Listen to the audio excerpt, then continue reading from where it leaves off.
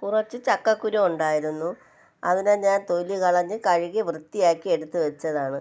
നമുക്കൊരു മെഴുക്ക് പുരട്ടി ഉണ്ടാക്കാം. അതിനു വേണ്ടി ഒരു കുക്കർ എടുത്തിട്ടുണ്ട്. ഇത് അതിലേക്ക് ഇട്ട് കൊടുക്കാം. വേകാനുള്ള വെള്ളം കൂടെ ഒഴിച്ചു കൊടുക്കാം. കുറച്ച് ഉപ്പും കൂടെ ഒഴിച്ചു കൊടുക്കാം. കുക്കർ അടുപ്പത്ത് വെച്ചിട്ടുണ്ട്. ഒരു 5-6 വിസിലെങ്കിലും വരണം, എന്നാലേ അത് ശരിക്ക് വേവത്തുള്ളൂ. ഒരു 7-8 വിസിൽ വന്നിട്ടുണ്ട്. ഇനി നമുക്ക് കുക്കർ ഓഫ് ചെയ്യാം.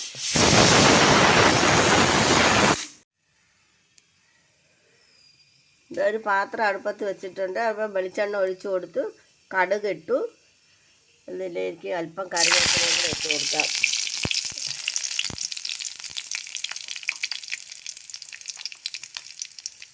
ശേഷം നമുക്ക് വേവിച്ച് വെച്ചിട്ടുള്ള ചക്കക്കുരുവാണ്, ഇതുകൂടെ ഇതിലേക്ക് ഇട്ട് കൊടുക്കാം.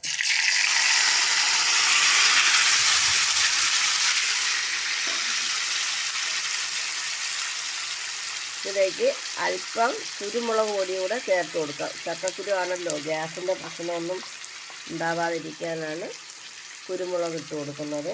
ഞാൻ 2-3 പച്ചമുളക് ഇട്ടിട്ടുണ്ടായിരുന്നു. അല്പം കുരുമുളക് കൂടെ ഇട്ടിട്ടുണ്ട്.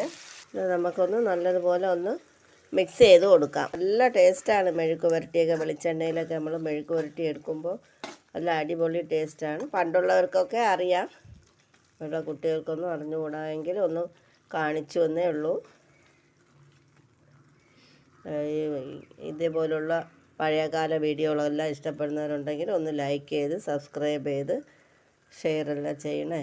നിങ്ങളുടെ കമൻ്റെല്ലാം കമൻറ്റ് ബോക്സിനകത്ത് അറിയിക്കണം.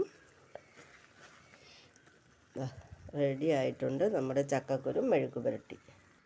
എല്ലാവരും ഒന്ന് ഉണ്ടാക്കി നോക്കൂ. നാളെ നല്ലൊരു റെസിപ്പിയുമായി വരാം. Thank you.